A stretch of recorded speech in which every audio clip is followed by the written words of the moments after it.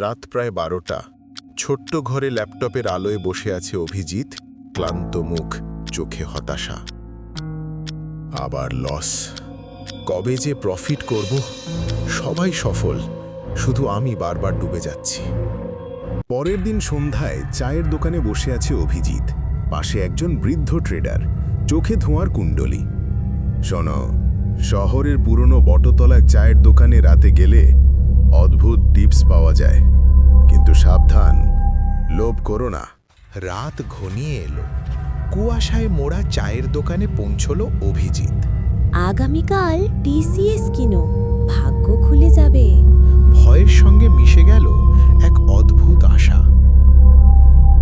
পরের দিন সকাল, ল্যাপটপের স্ক্রিনে সবুজ ক্যান্ডেলস্টিক ঝলমল করছে। প্রফিট 50,000 টাকা। অবিশ্বাস্য, সত্যিই মিলেছে। অভিজিৎ আবার এলো সেই দোকানে। বৃদ্ধার চোখে অদ্ভুত আলো।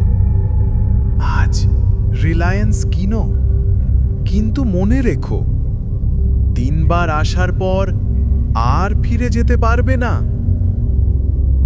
অভিজিৎ থেমে গেল, কিন্তু লোভ তাকে টেনে নিল আরও গভীরে।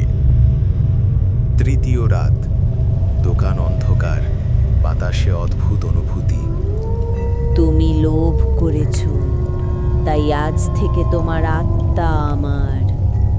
অভিজিতের ঘর, ল্যাপটপ স্ক্রিনে ক্যান্ডেলস্টিকগুলো নড়ছে, যেন বেঁচে উঠেছে। না, আমাকে ছাড়ো।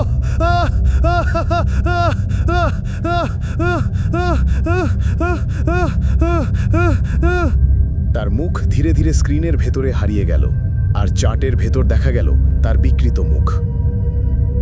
শেয়ার মার্কেটের আসল ভূত হল লোভ। একবার শুরু হলে আর বেরোনোর পথ নেই। আরও ভৌতিক ও রোমান্টিক গল্প দেখতে চাইলেই এখনই সাবস্ক্রাইব করুন। নতুন গল্প খুব শীঘ্রই আসছে, মিস করবেন না।